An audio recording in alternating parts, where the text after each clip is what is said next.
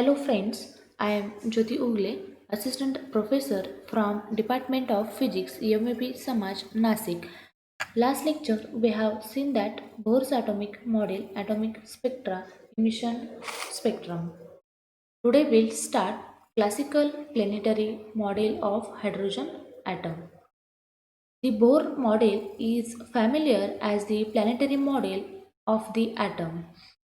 In figure, in the Bohr model, the protons occupy a dense central region called the nucleus, and the electron orbits the nucleus much like planets orbiting the sun.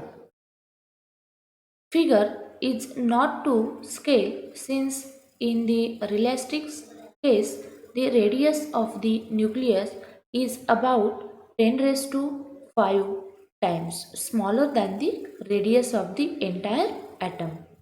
And as far as we can tell, electrons are point particle without a physical extent.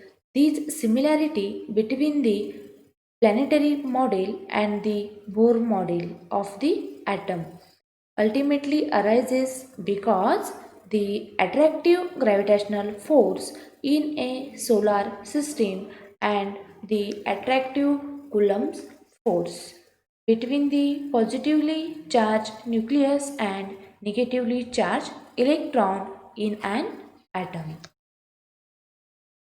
Next, Frank Hertz's experiment. In this experiment, the classic experiment involved a tube containing low pressure gas. They use mercury fitted with three electrodes, an electron emitting cathode, mesh grid for acceleration, and an anode. F F is the filament which is heated by low tension battery to produce electrons by thermionic emission. A positive potential V is applied between filament and a wire mesh called grid. It is denoted by G.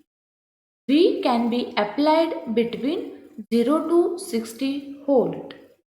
The anode called collector is denoted by P is held at a slightly negative electric potential relative to the grid, although positive compared to the cathode. The accelerating potential V between G and F is gradually increased, and the collector current IP is measured. When V is increased from 0 to 0.5 volt, no current is observed. When V is greater than 0.5 volt, so following facts are observed. At low potential difference up to 4.9 volts with mercury vapor in the tube. The current through the tube increases steadily with increasing potential difference. The higher the voltage increase, the electric field between F and G is the tube, and electrons were drawn more forcefully towards collector and through the accelerating grid. At 4.9 volts, the current drops sharply almost back to zero. This is because some of the electrons lost their whole kinetic energy due to inelastic collision with the orbital electrons of mercury atom and will not reach the collector. The current increases steadily once again if the voltage is increased further as the electrons in the stronger field are again accelerated After suffering inelastic collision until 9.8 volts is reached. At 9.8 volts, a similar sharp drop in collector current is observed. This series of dips in current are observed at approximately 4.9 volts higher than the previous one. The experimentally observed result shown this figure. Frank and Hertz were able to explain their experiment in terms of elastic and inelastic collisions. At low potential, the accelerated electrons acquire only a modest amount of kinetic energy when they collide with mercury atoms in the tube.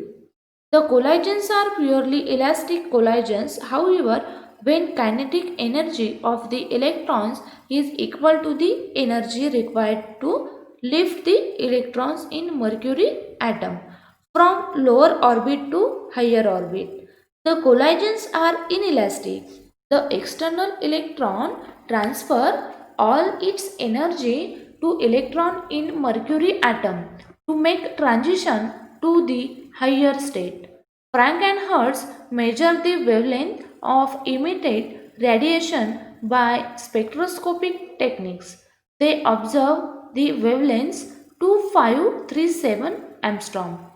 The corresponding photon energy is E is equals to h nu. E is equals to hc upon lambda equals to 6.625 into 10 raised to minus 34 into 3 into 10 raised to 8 upon 2537 into 10 raised to minus 10 equals to 7.83 into 10 raised to minus 19 joule, or E is equals to 4.9 electron volt. This is in agreement with the experimental results and supports the view that mercury atom has energy levels quite sharp and discrete and cannot exist in intermediate energy state. Thus, Frank and Hertz experiment show the discrete atomic energy levels of the atoms. Thank you.